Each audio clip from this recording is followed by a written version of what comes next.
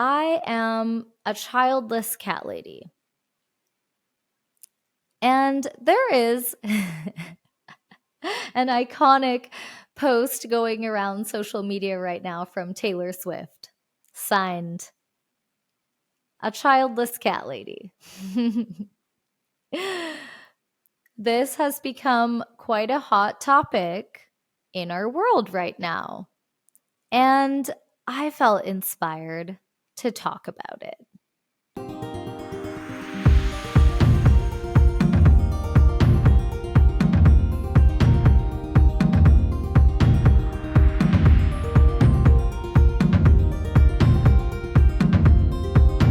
Welcome to You Boo, the podcast on what it means to know, love, and lead yourself, evolving the collective by way of everyone.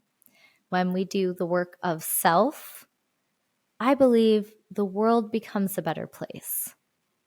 So thank you for being here. Thank you for taking time out of your day to listen to this show. It truly means the world to me. And for all of you who have been sending me your comments, your feedback, your photos of yourself, drinking a mocktail that I suggested in the sober episode, and it lights up my heart. It makes my day. So thank you. Keep the comments coming. Share it with your friends. If this has been valuable to you, please help me spread the love. My intention with this show is for it to be collaborative. I would love to hear what questions come up for you when you listen to the show. And I would love to answer your questions on future episodes for you. You can even send in topic ideas for future episodes that you want me to base an episode around. So is there something in your life that you want to be coached on? Is there something in your life that you're curious about and you think maybe Steph has some insight around this? So if you want some free coaching on that, hit me up. Send me a message. Ask me. You never know until you ask. I would love to dedicate an episode to you. I would love to answer your questions. The show is for you, boo. And it's for me too. Of course, it's for all of us. And it truly is so exciting to be just a little bit over a month into this project and to feel the momentum, to feel the support, to feel myself being truly lit up by this project. So thank you. I am a childless cat lady. And there is an iconic post going around social media right now from Taylor Swift, signed, a childless cat lady. This has become quite a hot topic in our world right now. And I felt inspired to talk about it. I am talking to all of my fellow childless cat ladies. I'm talking to those of you who are not that, but seek to understand that life choice better. I'm speaking to you if you are someone who has people in your life who would call themselves that. And it's just a topic that intrigues you. So it's just fun. And it's something I'm really passionate about because when it comes to knowing, loving, and leading yourself, when it comes to showing up authentically and feeling a sense of purpose, a sense of belonging, a sense of security in the world, of course, these questions come up of, is it okay to want what you want? Is it okay to find so much purpose in your life, even if other people that you love can't possibly wrap their head around your seemingly insane life choices, right? Is it okay? And why is it happening? And why is it becoming seemingly more common for women to say, hey, I'm a childless cat lady and I'm proud of it? Now, I do want to really be respectful and acknowledge that this is not always by choice either. And it's not always a cat. Sometimes it's a dog. Maybe you have a pet snake. I don't know. Maybe you have a mini horse. Maybe you have an alpaca. If you do, hit me up and send me a picture of it because I freaking love alpacas and llamas and actually all animals. So actually, I need to pause for a second right now and ask anyone who's listening, please send me your pet photos to my Instagram account at moon.wild.studio. Send me your pet photos. Put them in the comments on the YouTube channel. Send them to me on Instagram. If you don't have any of those, email them to me because I want to see your pets. Animals make me so happy. And so do humans. I'm not anti-human in any way. I just happen to adore animals so much. So I want to talk about a few things around why do people choose this? For the people who are choosing it, boldly, audaciously saying, this is my choice and I am happy about it. I want to look at why. Why is this trend or this movement or this revolution happening? 2, I want to talk about the reasons that it is 100% valid, purposeful, and beautiful to make that choice. And 3, I want to talk about how you can lean into that if you're someone who it is your reality that you didn't have children, but it wasn't by choice. And maybe you could really feel a sense of warmth and care and empathy and fulfillment and encouragement and inspiration around what it means to live a truly meaningful life when that is your reality, when maybe you thought it was going to be something else. I personally love children. I love to care about the future and what it's going to be like for the youngest generations that are alive right now and the ones who will follow them. I'm not anti-child in any way. And so why on earth then would I choose not to? So we're going to dive into that. This show is going to be an opportunity for us to open our minds, open our hearts, have a meaningful conversation. And I say conversation, which might sound a little odd because it's just me talking and you listening. But I say that for real, because what I want to invite is that you take the prompts, the questions I'm going to ask you and write them down, journal for yourself, contemplate, think about it, let it land. Let it spark conversation between you and people in your life. Send me questions, feedback, be a part of the conversation. That's my invitation. This show is not about me talking at you. And it's not about me thinking that I somehow know more than you about the topic. I know how it feels when I'm listening to someone speak on a subject that lights up my soul. it feels like a reminder. It feels like an invitation. Like, oh, I'm just doing laundry or driving in my car or taking a walk outside. And now all of a sudden in my ear is this reminder that life is more meaningful than this.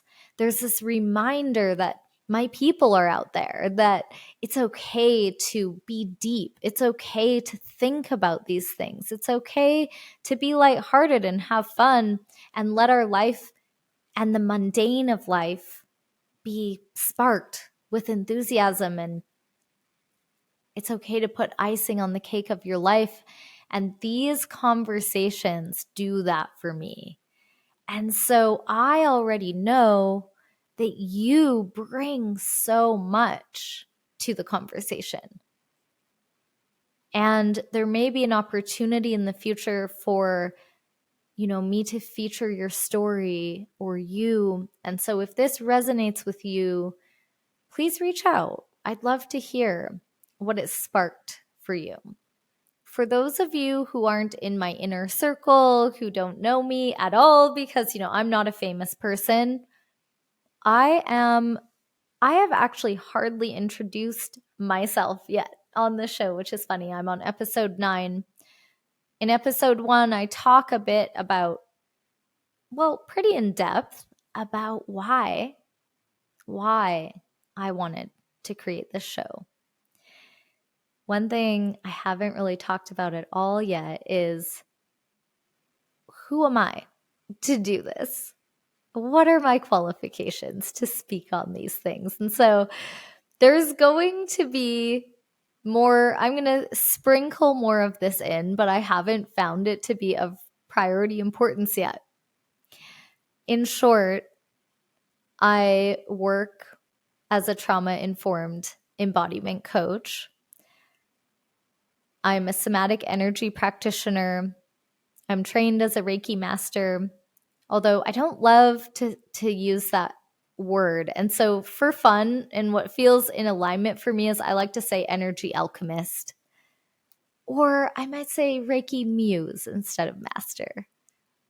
But just to give you a bit of my background, I've been studying for about 6 years different modalities that have to do with whole self integration and self-leadership. And so it's a form of life coaching that is actually just goes so much deeper into all the layers of self. And so I have created my own style of practice that combines mindset coaching with emotional processing and intuitive knowing, getting in touch with your intuition, working with your energy.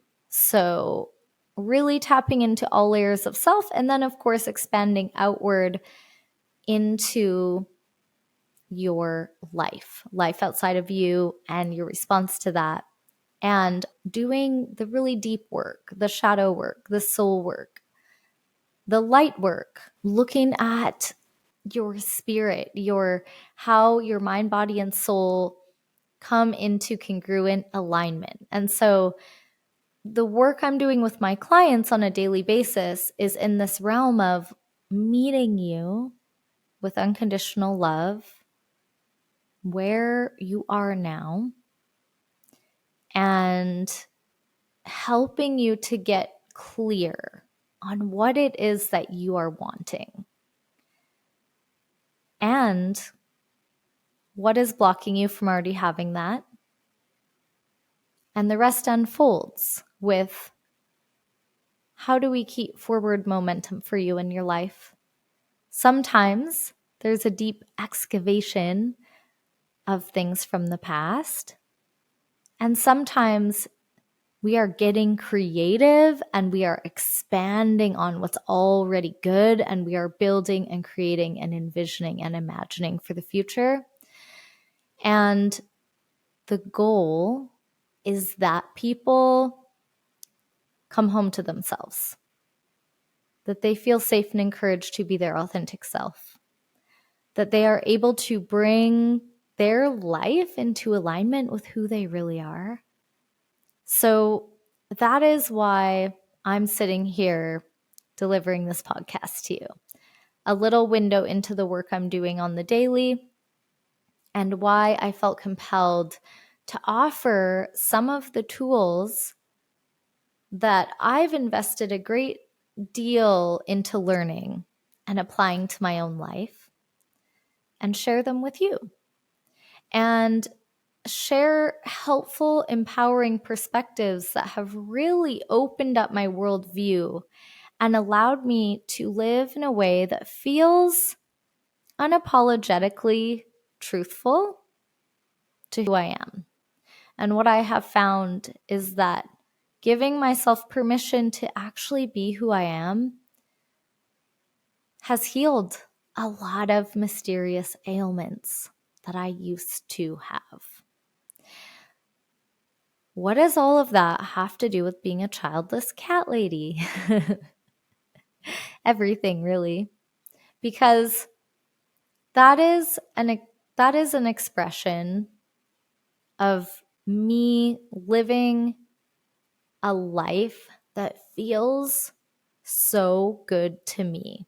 Everything that I just described, the work that I'm doing in the world with my clients, how I changed my whole career to do this work when I fell in love with it, how I broke all the rules along the way of what you're supposed to want, what you're supposed to do, regardless of what anyone else thought, even the people who I love so much. This can be one of the hardest aspects of making life choices that feel honest to you. If your mom, your dad, your siblings, your caretakers, your grandparents, whoever it is that you know, when you were young, felt like it matters to me that these people love me, that they're proud of me, that they like my life choices. I think most people can point to at least one person in your life who at some point you've looked up to and you've really hoped that they love and accept you for who you are, that they're proud of your life choices, that they approve, that you feel deep belonging with them no matter what, right? And so as you grow up, you hopefully learn more and more about yourself and about what you want. And either you feel yourself effortlessly in alignment with the people who are raising you, and it's like, yeah, I want exactly what they want for me, or they don't really have a preference, or that there's never been a snag there. For a lot of us, there has been a snag. Especially for a lot of us who took the path of, I'm going to be a childless cat lady and start my own business based on what I'm passionate about. Ooh, that is a bold move. And, you know, I can only really speak for myself, and I can confidently speak from a place of having talked to a lot of other women and a lot of other people on this subject. Everything I'm sharing on the show, I want to invite you to apply to your own life. I'm often going to use examples from my life or the life of other people. No matter what examples I'm using, the invitation is that you can start to think about, how does this apply to me? And so that's my intention, that you can use this as a way to think about what it's like for you. I was raised by very loving parents, and I was, from a really young age, grateful. I had a strong sense of how lucky I was that oh my gosh, my parents love each other. They're still together. They love me and my brother. And, my mom loves to cook homemade food, and we have family dinners and talk to each other. And there's so many, my dad works so hard for us, and we have a nice house. And my parents were always working really, really hard to give us a better life. I always got the sense that that was so important to them, that they could provide for us, my brother and I, a life that was with good memories, and that we were cared for. And I really felt deeply grateful for that from a young age. Even if I can only imagine my parents listening to this right now and being like, "Oh, really? Even when you were having a temper tantrum at the Chinese restaurant until we got kicked out?" I'm not trying to say that I was easy to raise. The same stubbornness that I have right now that has me on this podcast saying, "You don't have to follow the rules, boo," is the same stubborn little kid that they had to raise. So I have a lot of respect for how challenging that probably was. Because there's a truth to that. I always had this fierce spirit of knowing what I want and being determined to stand for that. And at the same time, I also have a very tender, compassionate heart. And as life shaped me and molded me, I became extremely sensitive to the plight of others, to just all of the problems in the world, and the way that we can hurt each other so much with our words, with our actions. And I remember being really in care of what making my parents happy, and like wanting to be good enough and wanting to do a good enough job. And of course, I'm the oldest daughter.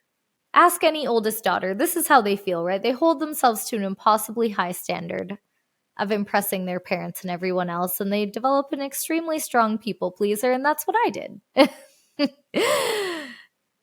Let me know if you can relate to this. But there came a time when I really think I was 12 years old. I could be wrong, but in my memory, I was 12 years old, sitting at the dinner table. I remember exactly where I would sit every night, and my brother would sit over there, and my mom across from me, and my dad at the head of the table. And we would talk about our day, and we would eat the delicious food that my mom had made. Thank you, Mom, for all the incredible meals that you always, always, always made and continue to make for us when we visit.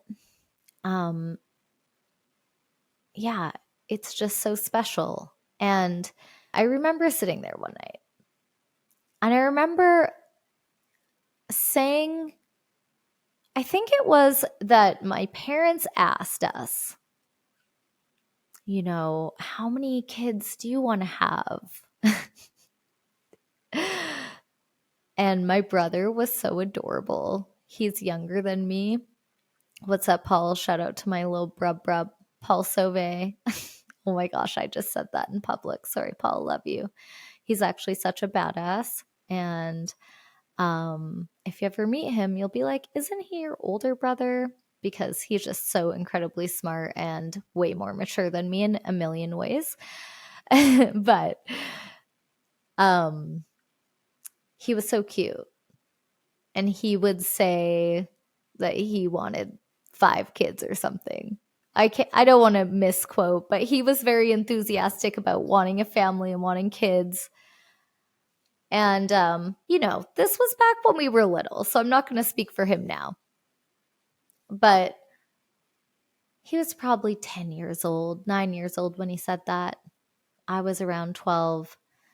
And I remember this night saying with so much just brazen confidence. I don't know. That's how it felt to me. I probably looked super awkward with my crooked teeth and my big frizzy hair, and I probably didn't speak as confidently as I felt on the inside. I was actually really shy back then, but sometimes when I was just with my family, I would be really comfortable and outspoken at times. And this was one of those times that I remember saying, I'm not having any kids. I am going to be a successful businesswoman. And I remember how it felt when I just said that out loud. I'm going to be a successful businesswoman. And it's almost like, where the heck did you get that idea, little girl? Because there really, when I look around my family and the people that were around me in my life, I was surrounded by good, hardworking people who were kind and fun, and none of them were business owners. None of them really even worked in the corporate world. It was my dad worked at a mill, at a pulp mill. And my grandparents both worked at a school. My grandpa was a counselor, so him and I were in very similar work now. I wish he was still here so that we could talk about it.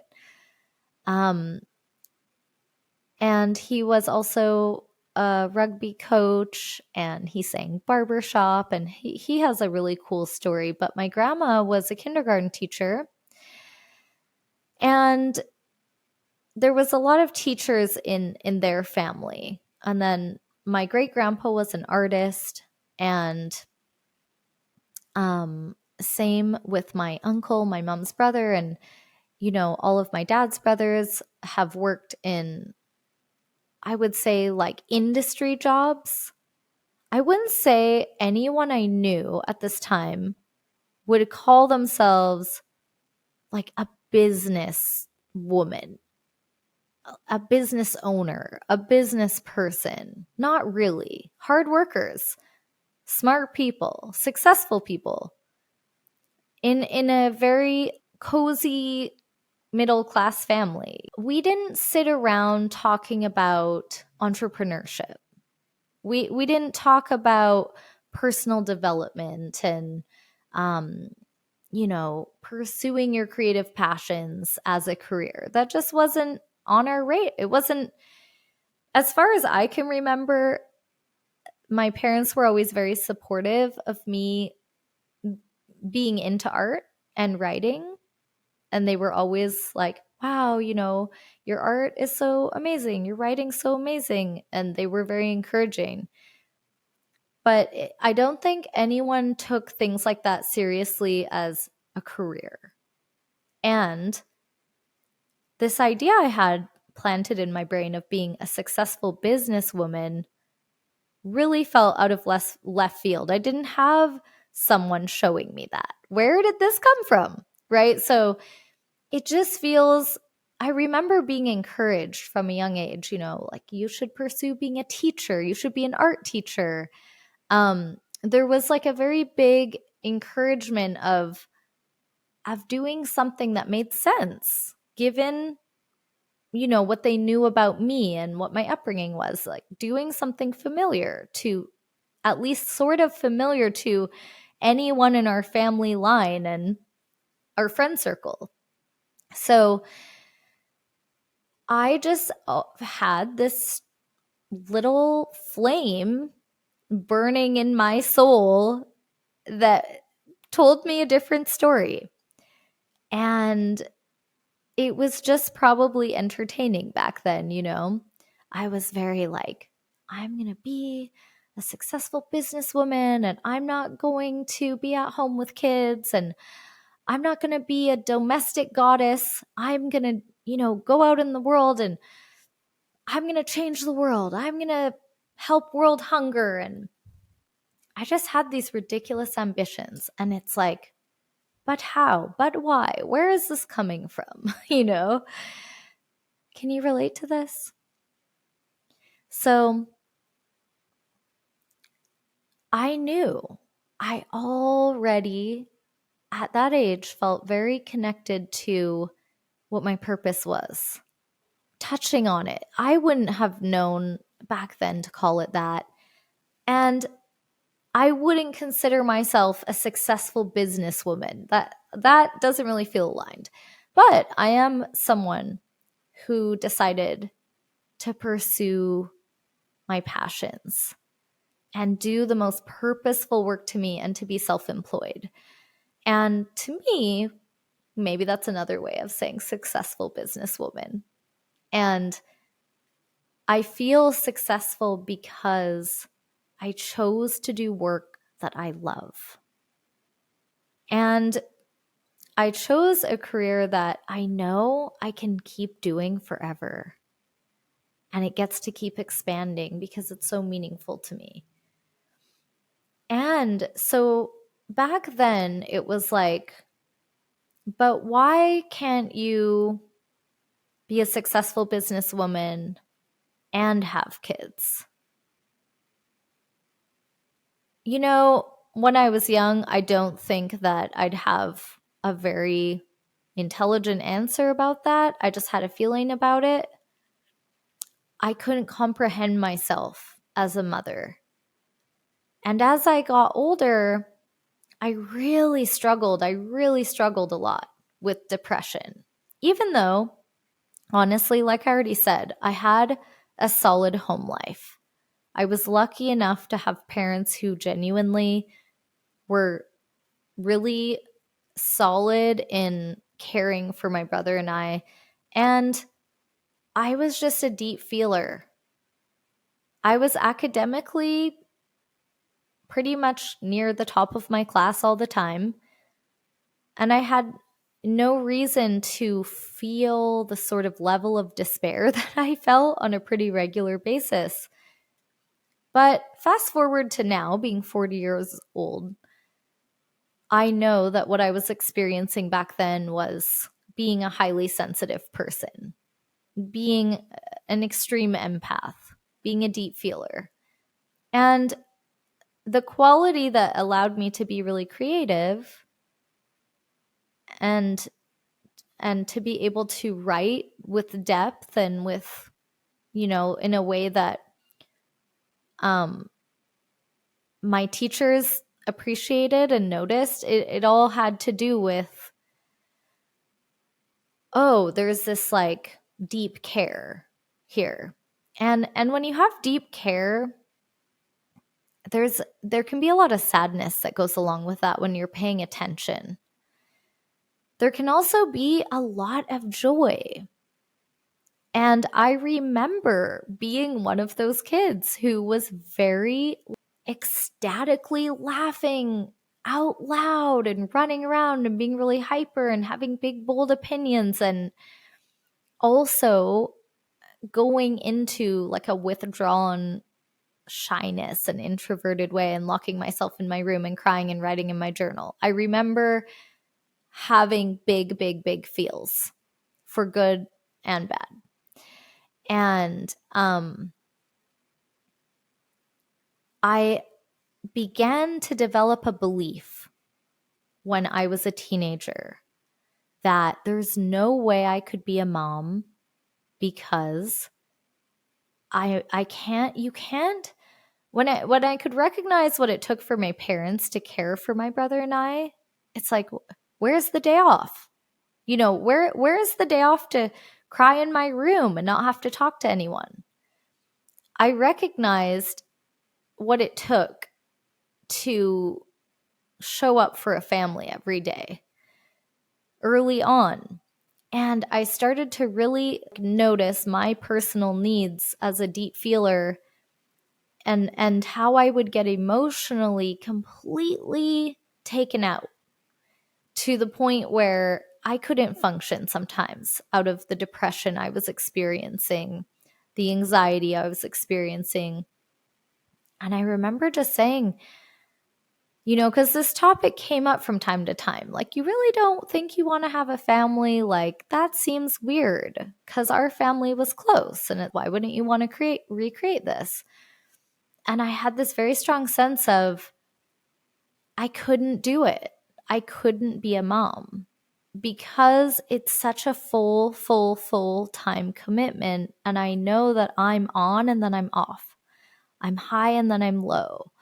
I'm so sensitive to what other people are going through. I feel so personally assaulted by other people's pain. I just I can't imagine being a mom. I feel like I couldn't get the kids to school on time. So this was a bit later in my awareness of myself. I was like, I'm kind of a hot mess, even though I'm getting almost straight A's over here. So, side note, I always got straight A's except for one B. It was so annoying. Yeah, that's all about that. But it really bothered me. And I don't know if I talked about that in the perfectionism episode. I think that was episode 3. But it was really important to me to get straight A's. I was I set myself to this high standard of achievement for whatever reason. I know my parents encouraged it, but in hindsight, I feel like I was harder on myself than they were on me.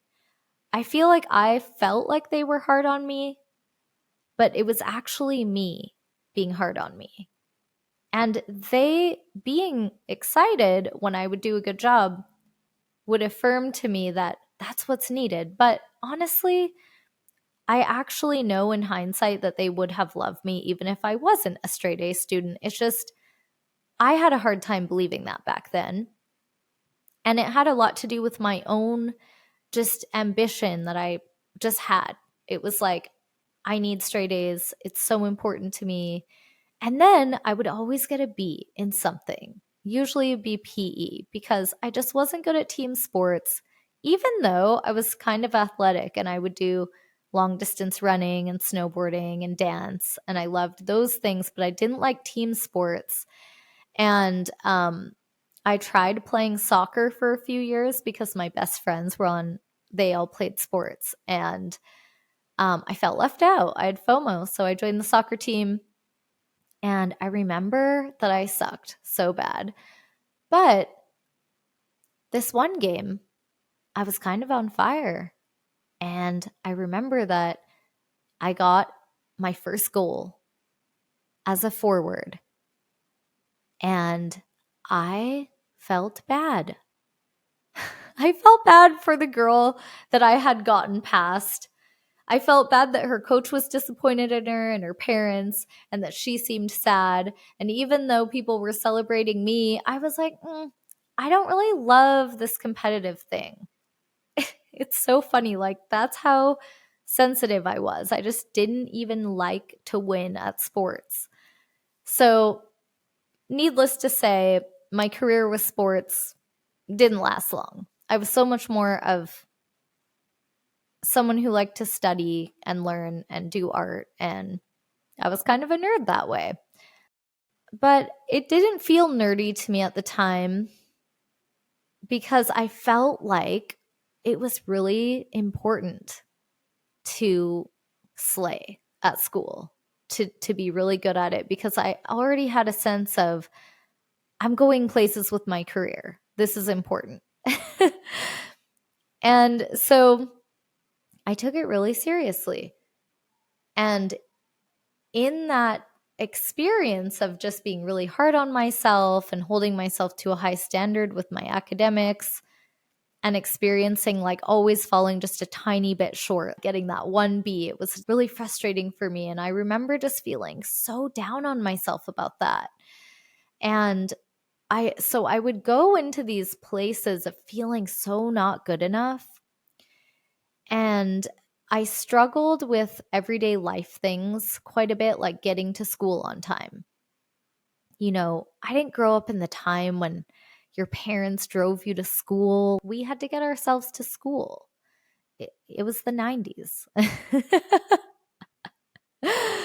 And so often, I'd be running for the bus or I'd miss the bus. Oh my gosh. Once I started driving myself to school, it was like, ooh, I'm 15 minutes late every day.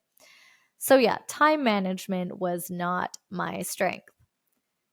I use the word was lightly because I'm still working on it. A lot of improvement, but definitely not perfect in that area. So because of that, the older I got, the more I strengthened into this, there's no way I could be a mom. My kids would be late to school every day and they would hate me. I remember describing this image to my mom of myself in the future. As a teenager, I said, Mom, I would be that mom who's still running around like a chicken with her head cut off. And with my little 5-year-old kid standing in the doorway with their backpack on, holding my keys, like, let's go, Mom. And I'm, okay, just a minute.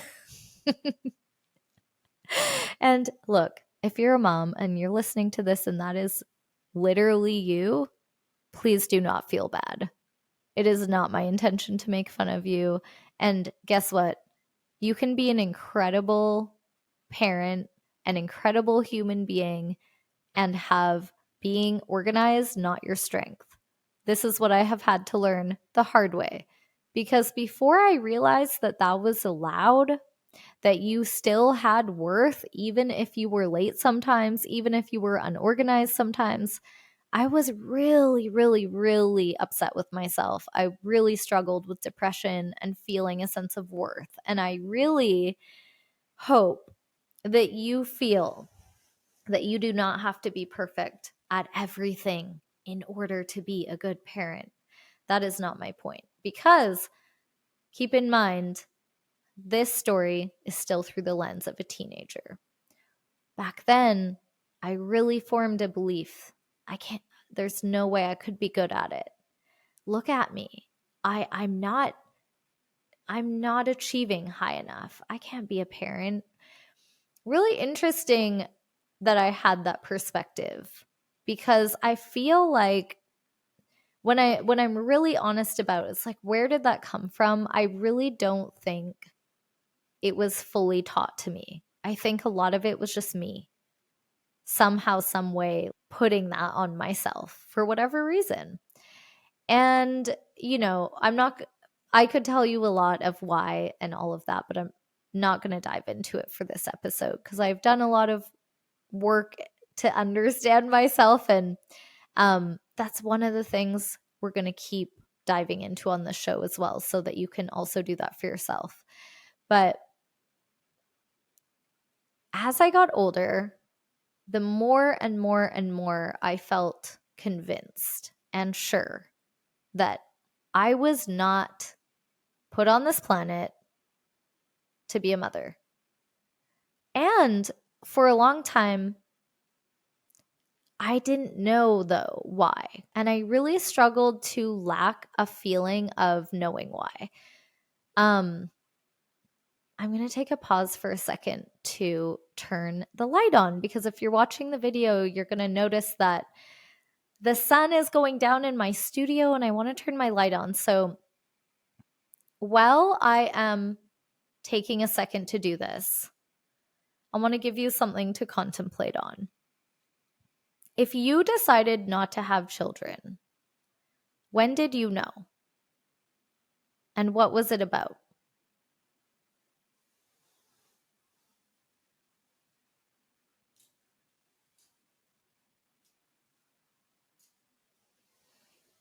Okay, so the lighting is completely different now if you're watching the video.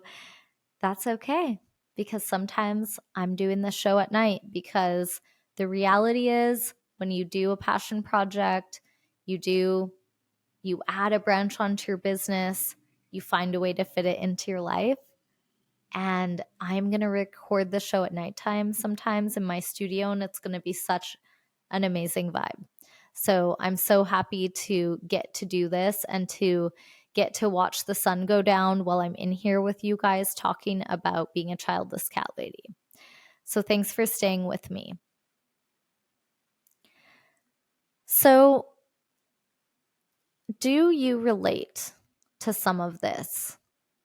Or was it completely different for you? Everyone in my life thought that I would for sure change my mind. That how could a 12-year-old know what she wants? How could a teenager know this? How could a 25-year-old know for sure that this is what she wants? I really think that most people who knew me and loved me thought she'll change her mind. She's just going through some stuff. Like, she'll figure it out. She'll realize that this is the meaning of life, and she'll decide when she meets the right person, she'll become a mom. I think that is the expectation that a lot of people just expect is going to happen for a woman and a man too, right? Like, this isn't a conversation that is just for women. There's plenty of men who also have a strong sense, or just humans, whatever gender you are. There's plenty of humans who have a strong desire to dedicate their life to something else besides parenting. And actually, my husband is one of those people. So grateful that I met a soulmate in this life who felt just like me about that. And so I know that this isn't really a shocking story by any means. It's everywhere. Every one of you has a friend in your circle who has a story like this. They knew from a young age. Maybe it's you. And it's also extremely common that no one believes you until you get old enough. I just turned 40 this year, and now people believe me. Part of that is that there is a belief in the world that once you hit 35, you may as well give up. Well, I think a lot of women are proving that to not be true now. And I always had this sense of, even if other people think 35 is sort of when it ends, I witnessed my auntie.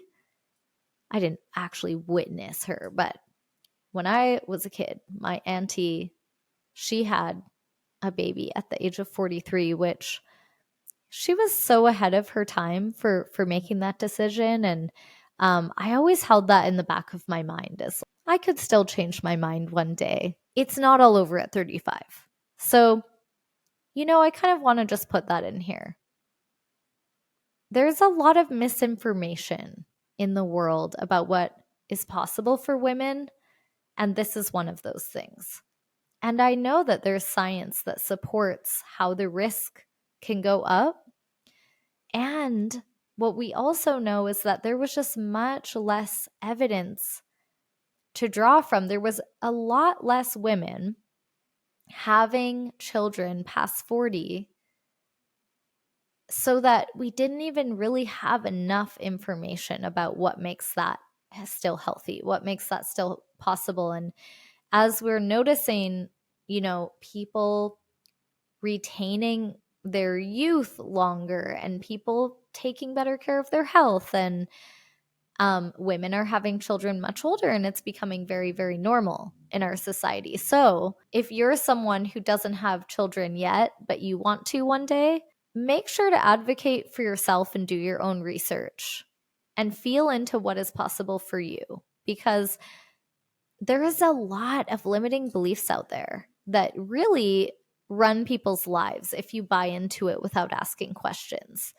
So what is possible for you might not be the same as what was possible for someone else. So you don't have to let other people's limiting factors be your own.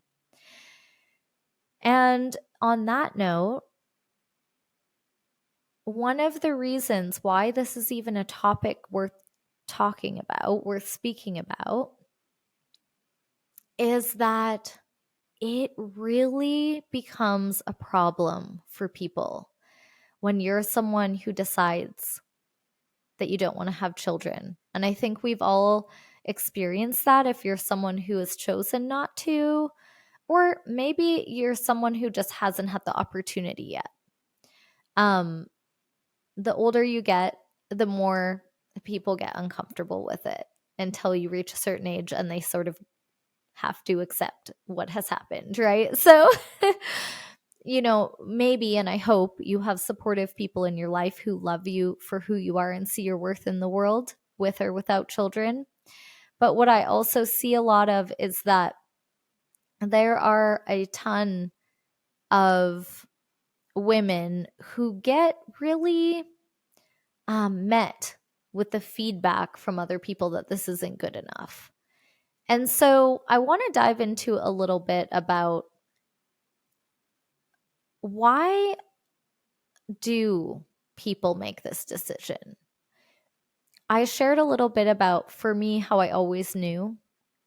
And so much of when I got older, when maybe it got closer and closer to, well, this could be a real thing. This is now becoming a real decision I have to make. To be honest, I was never in a position where it felt like a possibility. Even though I would have a long-term partner for years and years, and then it would end up not working out, and I'd have another long-term partner. I was a serial monogamist. one long-term boyfriend to another. But I never ever, even being with someone for almost 5 years, I didn't have the feeling like, I want to be a mom. Let's do it. I still felt there is no way. There is no way. And I remember reaching a point where it began to really become a point of sadness for my family. And I get it. If you're a parent who loved raising a family and you pour your life into raising your kids, and then your daughter tells you, I don't want to have kids, and you really want grandchildren, it's a tough one, because I would never want to let my parents down. I would never want to rob them of the experience that they so deserve of having grandkids. And so then it feels like you enter into this impossible situation of, how do we make this right? And I think we went through that a bit. And I really spent quite a lot of time with really thinking about this. Is it okay if I choose not to? Is it fair of me? Is it wrong? Does it make me a selfish, bad person? Is it my moral obligation to have kids? I really spent quite a long time, especially once I met my partner that now I'm married to, when I was 29. And then it really felt like, okay, we're in love. He's my forever person. I'm moving in with him. If I'm going to have kids, I need to start thinking about it. And so for years, I really encouraged myself to think about this honestly. Will I miss out? Is it unfair to my parents? Am I missing out on one of the most important aspects of life? Am I just being afraid? Is it me being worried that I'm not worthy? What am I doing here? Like, why don't I have the desire? Have I just brushed it off as not an option? And I really honestly went to work on wanting to understand this feeling that I had, wanting to understand myself, wanting to heal from the things that made me feel like I wasn't good enough. So I honestly seeked a lot of support with that as well. And, all of that led me to do the work I do now. But a huge part of me doing that work of healing a lot of the things I struggled with, like depression and drinking too much alcohol, and I'm being like so plagued with disorganization and indecision and things like that. I was just really, I felt like in some areas I was really enjoying life. and I felt very connected to the things that mattered most to me.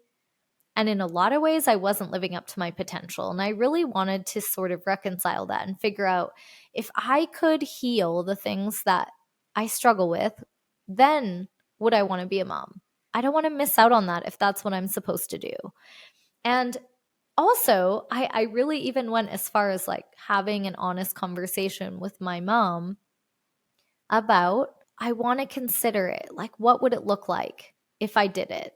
What would your involvement look like? How should we do this? Like, it was really kind of that conversation. And I was open. I was open to considering what it would mean if I were to honestly consider that. And what we both realized from that conversation, and I don't want to speak on her behalf at all, but I guess what I took away from it was, and I feel she did too, was that if I don't genuinely feel it, if I genuinely do not want this, it is not right for me to do it for anyone else. And as hard as that might be for anyone who I love to accept, there's that truth. And so I said I was going to talk about why are women choosing to not have children? Well, for me, I really now, after a lot of soul searching, I think in the beginning, I did feel ill-equipped because of my emotional overwhelm that I experienced a lot when I was young. But I have come to realize that it's so much more than that. It's actually that I feel strongly connected to a purpose that I was born into that doesn't include that. And when I connect to what really, really, really matters to me, it makes sense. I believe that having a family is incredibly valuable. It's an incredibly beautiful way to dedicate your life. I don't think any life choice is better. I don't think, let's say 12-year-old me wanted to be a successful businesswoman. That wasn't about, I think that's superior to being a mom and taking care of the home. It's really not about that. It's about what is for me versus what is for you versus what is for her and him and them. What is important, I think, for all of us to consider is that there actually is not a prescribed best way. We are all unique. And when you look at these stats, so I have this graph here. In 1900, the world population was 1.6 billion. In 1924, 100 years ago, there was approximately 1.8 to 2 billion 100 years ago. 100 years ago. So in only 100 years, which is a lifetime, right? A long lifetime, the population has exploded from 2 billion to now, this year, over 8 billion. 8.16 billion. Now, if you think about what that really means, that rate of exponential growth of human beings in the world, it makes sense to me that there is a generation that was born into feeling a shift. That there's, with each generation that is coming into the world now, we have almost like a different assignment. And when the population of humans has exploded to such a big degree, from 1.6 to 8.1 billion in 120 years, 124 years. The impact that has had on the earth is absolutely phenomenal and hard to wrap your head around. And if you watch David Attenborough's documentary, I didn't plan on talking about this, so I forget exactly what it's called, but it's something about being a witness. He talks about the span of his life, which is basically almost 100 years, and the number of species we've lost. And so as the human population has exploded exponentially, the biodiversity of the planet has lost about 50% of its other species. And it's truly remarkable when you watch that documentary where he really outlines this. And not to be a negative Nancy over here, sorry if your name's Nancy, let me say, sorry to bring up such a heavy topic. But also, I'm not sorry, because we do need to look at it and we do need to face the reality of it. And I believe that part of why so many humans now don't feel the call to parenthood on a deeper, maybe more soulful sense has to do with this. I do think we're being called to restore some balance. And I think it's imperative if we want the future generations to thrive in the way that we've been able to. And we can clearly look around and see that so many people are not thriving and are in fact living in horrible conditions. And this is another reason for people not wanting to have children. In a lot of ways, the modern world right now, the state of the world right now, depending on where you live and what your situation is, in a lot of ways, mothers are saying, no, thank you, I can't possibly, because of so many factors that have to do with families not feeling able, not feeling financially able, not trusting in a sustainable future being available. There's so many factors. And I've been recently introduced to an incredible woman named Ruby Warrington, who's done a ton of research about this and about how there is seemingly a revolution of a birth strike, of women saying, no, I'm not doing it until these other things get better. It doesn't make sense. And so there are some very real and serious things we need to be thinking about as a collective. And I believe that a lot of us were sort of born into a different mission, a different agenda. And I remember saying, I don't want to have one or two kids that I pour all of my attention into.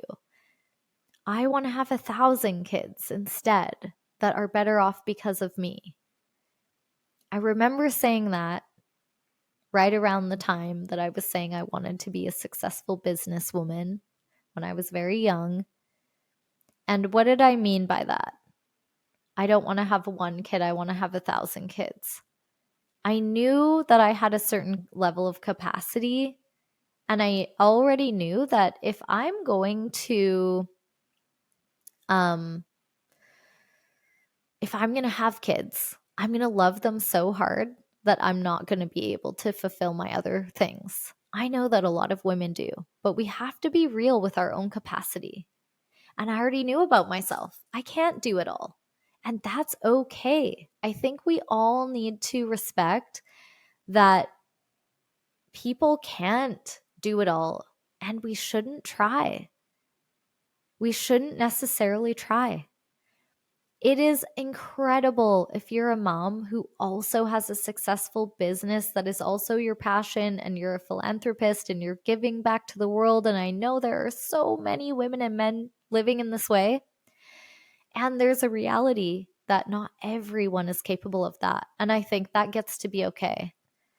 I think we need to be real with ourselves about what our capacity is and actually live our life to its fullest potential based on truth, not based on expectation. And so I knew I can do both. And me saying I want 1,000 kids, that was me saying I hope the work I do in the world can help 1,000 kids who maybe don't have something that they need. Whether it's an empowering perspective, whether it's education, whether it's food, I don't know what it is yet. I just have a sense that I have so much love to give, and I need to be pouring it into other places besides my own small family unit. I just have this sense of being a sister of a global family, of being a mom of a global family in some sense. And now that I'm doing the work I do with my clients, I can see how the kind of work we do does directly impact the life of children that aren't mine. And so when I can expand that vision outward into where I'm going with the work I'm doing and the work I envision and hope I get to keep doing, I can see how this makes sense. And so doesn't it feel so valuable if there are women in the world and men in the world and humans in the world who don't feel the calling to the nuclear family unit and instead feel the calling to help in a different way, to pitch in to the future in a different way? Because if every single one of us only cared about our family and only put our family first, and like not only cared, because we're capable of caring so much more than just our family, but I mean, if you have kids, they're your priority, likely, right? If every single one of us had that, then there would be so many more people and animals and plants and things that the world needs us to tend to that would go without that care. There are jobs to be fulfilled in the world that are different than parenting. And there are people who are the most equipped to do those jobs. And so why are women choosing to not have children? Why are people choosing to not have kids? It's for all these reasons. It's thinking about, for one, some people are just born into that feeling, that inclination, that knowing. Some people feel overwhelmed by the state of the world and they don't feel like they could survive parenting in this landscape. Some people are looking into the future saying, what kind of world are we passing down? Some people are saying, I do not have the resources I need to raise a family. Some people are saying, there is something I am so passionate about and I want to pour my whole life into that. And I think it's going to make a dent in the way the future unfolds. People are connecting to other things that are equally purposeful. And so that is another thing that I wanted to touch on, is this: if you're trying to understand someone who's making this choice and you just can't wrap your head around it because you think, okay, but when I had kids, that was like the most meaningful thing to me and it gave me the most fulfilling experience, and this is the purest form of love I've ever felt. And so I don't want you to miss out on that. And I think sometimes when people are concerned for us that we're not having kids, it is coming from a loving place. Sometimes it's coming from a judgmental place of saying like, that's not a cool, like, your life is less meaningful. Some people really believe that, but I think it stems from not understanding that there are pursuits that are just as purposeful and just as needed and just as required for us to pass down a world that the next generations can thrive in. And so what I see is that the population exploded, the biodiversity of the planet is dropping at an exponential rate. And so the world is completely changing. And of course, tech and innovation is changing the world at a rapid pace. And so what that's doing is it's requiring us to fulfill new roles that didn't exist before. And so many people who maybe would have automatically become mothers are now stepping into other roles that didn't exist before that are now very much needed. And same with fathers and men who would have been fathers, and people who don't who are just like, I'm non-binary and I can't imagine being a mother or a father, but I have a very important role to play in our society. And all of this is true. The world is evolving and what is being asked of us is changing. And so people are born into this knowing, we're discovering it through trial and error, and there are a lot more jobs that exist now that didn't exist before. And so people's souls and hearts and minds are being called to do other things besides raise families. And good thing, because as noble as it is to raise a family, we can't keep reproducing at the rate that we were. We cannot keep allowing the population to grow this rapidly, this exponentially. There's other things we have to care about besides humans in this world. We have to care about the ocean and the air and our water sources and our animals and our insects and our plants. And we cannot underestimate the importance of this because this is our life force. This is what will keep the humans alive. And also, what kind of quality of life are we going to pass down to our kids if we're not thinking about how do we continue to evolve to match the world we're creating? There's so many things to consider when it comes to what is a purposeful way to spend your life. Creative pursuits, things that help people feel alive, not just be alive. It's all important. Education, solutions. We need to be more innovative and adaptable than we've maybe ever been. And so there is so much to do with navigating how do people feel good and not just stay alive, because a lot of people are not okay emotionally, mentally, physically in the world right now. And there's a big call to action on caring for people better. And so this is how, this is what I think is important to consider when you're perplexed about why someone wouldn't want to have kids, or maybe you're perplexed about why you don't want to have kids and you're listening to this, when it comes to this conversation. And I'm bringing this up because there are whole entire social media accounts dedicated to people talking about being child-free, and you would not believe the fire in their feed from people who are bullying them and saying that is not okay. In the beginning of this episode, I asked, is it okay? Is it okay to not want kids? A lot of people will tell you no. The common things you hear are, it's selfish, it's you'll never really know true love, and you'll die with regret, and there will be no one there to take care of you when you're old. And gosh, there needs to be a part two. There needs to be a part two of this episode. There's too much to talk about. Because all those topics I just touched on, I have so much I want to share about what I would respond to when it comes to those beliefs that people have. But what I will say for now is that if someone is choosing to not have children, what I want to invite you to consider, and if it's you, I want to invite you to consider that, is it possible that their life pursuit is just as important, just as needed, just as meaningful as people who choose to have children? And especially now when we look at the world and what is needed.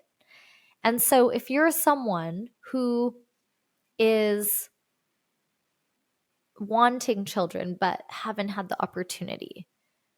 I have heard the saddest things that women have said about, I wanted that, but I didn't meet the right person, and it just feels like my life is just less.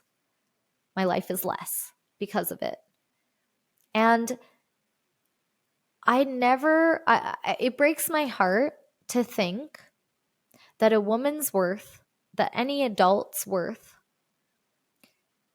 is less because they didn't produce another different human. Why are we not good enough as we were born? Why do we carry around a belief that the only way that you have a seat at this table fully on earth is if you make another human and pull up another chair? It's actually absurd if you think about it. I do understand the desire to keep the family going, to keep the family growing. It's beautiful. And there's so many different ways to create family. When I think of all the kids out there who do not have the support they need, and we just keep creating more and more and more children, it's sad. There are people with hearts big enough to love children who are not their own. And how beautiful is that? There are people out there helping parents be better parents so their kids don't have to grow up with as much trauma. How beautiful is that? There are so many worthy pursuits in this world that have nothing to do with being a parent yourself or with giving birth to your own children. There are so many people, there are so many living things, and just the planet itself that need our attention, need our care, need our love, need our purposeful work. So let that be as meaningful as it is. That is my invitation. There are people who are born with a perspective and a skill set and a talent and a vision that could help the future become a better place. So let them do their job. Not everyone's here to be a mom. And in fact, when we force people to become that, when it's not their calling, it is a very sad thing. It is a very sad thing. And I know that there are people in that scenario and it feels like an impossible situation because when you become a parent, that is forever. And so this is not to be taken lightly, and it is not to be pushed on to other people. So can we hold people with love and respect when they say that is not for me? And say, gosh, thank you for making the non-selfish choice and choosing what's right for you. Because in my opinion, what is most selfish is having kids for the sake of belonging with the people that you think you need to be good enough for, not because you actually want them. And hey, if that is something that you did, it's not your fault and there's no judgment for you. We don't know what we know until we know it, and we're all doing our best. Parenting is one of the most ambitious things you could ever choose. And so what I'm saying is let's not take it lightly and force it on each other. Let's understand that if you're choosing to be a parent, that's a big role to fill. And good for you if you're choosing it. I love you. You're amazing. Thank you for doing one of the hardest jobs in the world and one of the most rewarding ones in the world. But please also know that the other jobs that need to be filled sometimes need to be filled by people who don't have families to care for first. And we know who we are when we are those people. No one can know me more than me. No one can know you more than you. And I think it's our job as loving people to trust each other when we say, that is not my life path. And the more we do that, the more the world gets to be shaped into a direction that we are happy to pass down to all the kids that are still being born. There is no shortage of humans on this planet. And when it comes to worrying about, okay, now I'm going to touch a tiny bit on these things I brought up of what comes up. I responded to the being selfish thing, the who's going to care for you when you're old. Oh my gosh. Look, if you're having kids so that you can have dedicated caretakers for you in old age, I think we all need to take a look at ourselves and why we're doing things, because that is a pretty intense position to put someone in, to birth them into the world and put them to work and say, it's your job to take care of me as I age because I did all this for you. That's intense. I really believe there's a better way for us to love each other, to care for each other, to have community and family and make sure everyone is cared for without putting each other in these prisons of expectation. And when you decide to have a child, there is no guarantee that they are going to care for you or that they'll have the capacity to care for you. So that is never the reason to have a child. That's my opinion. The reason to have a child and a family is because that is what your heart and soul calls.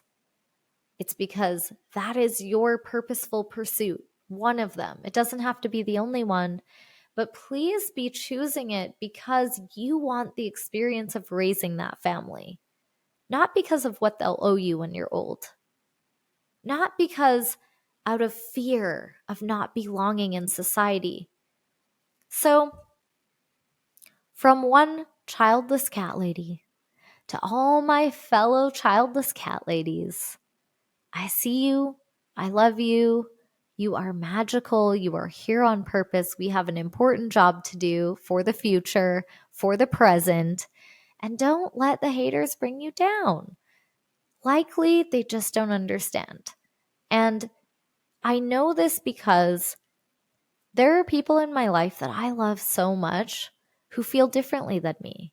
And what I know is we're both right. It is amazing to raise a family, and it's also amazing not to. It's amazing if your family is a husband and 2 cats. I love my family. I love my extended family. I love my immediate family. I love the people who I share my home with, which is my husband and my 2 amazing cats, Moon and Ember. And I honestly am more happy than I ever thought I could be when I was younger, because I've chosen time and again to follow my truth, to trust myself, to go after what feels right to me, even if other people don't understand it yet. Eventually, people get on board. Eventually, people have respect for it. Eventually, people understand. I believe we want to be happy for each other. I think the negativity that happens, the judgment that happens, it happens out of fear. It happens out of you're worried for your loved ones that maybe they're doing it wrong. And that's understandable. I have so much love and respect for the ways that people don't understand my life choices. They don't have to. What I know is that I'm choosing what's right for me, and I'm doing it out of love, not out of spite, because I don't think it serves anyone for me to live a lie on the behalf of someone else. Yeah, it never will. So please, my love, if you are a childless cat lady, or you have people in your life who are a childless cat lady, or dog mom, or snake mom, or flying squirrel mom, I hope that this episode has helped you tap into the truth of your worth, of their place in the world that is so incredibly important. And we all have our own story, and I would love to hear yours. I would love to learn more about what are the other reasons that people are choosing to not have children. What is your experience with talking to your family, your friends, your coworkers about this? Do you feel like people accept you and love you for this choice? Are you met with adversity around it? Do you feel guilty about it? Do you feel proud of it? Is it a bit of everything? It's, for me, I've experienced a multitude of emotions around this subject and made a ton of considerations. I don't take it lightly. I know how big of a deal it is. And ultimately, I'm so grateful that I've always trusted myself when it came to this one thing, because I knew this one thing was the forever thing that I could never take back, and I had to choose on purpose. And I do believe that if your fate was different, if your life path turned out different, it's also, there is something in that for you. Something that I say all the time is, how might this be happening for me? Whenever it feels like life is throwing you a curveball, just know that maybe it's temporary. Maybe this is a chapter of your story that is meant to be written because the whole entire story is going to be epic and it needs to be told. So, no matter what chapter you're in when it comes to this topic of being a parent or not being a parent and loving it or not loving it, just know, for one, you're not alone. There is nothing wrong with you. You are so worthy as everyone else and their choices. And if you're going through a hard time with it right now, this is one chapter of your life. And you get to keep writing the one you're in and the next one that you are entering. Zoom out. Let your life be a whole story and ask yourself, how might this be happening for me?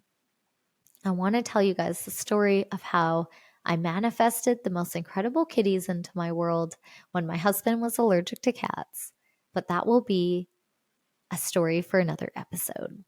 So, from one childless cat lady to probably many, many others, I love you. And you are valuable, magical, beautiful, and amazing. And please remember to send me your cat photos. If this episode has been valuable to you, please send it to a fellow cat lady or someone in your life who needs to hear this episode. Please share the love. Thank you so much. I appreciate you. And I'm so grateful that you're here. My name is Stephanie Sauvé Bogue from Moonwild Studio. Thank you for listening.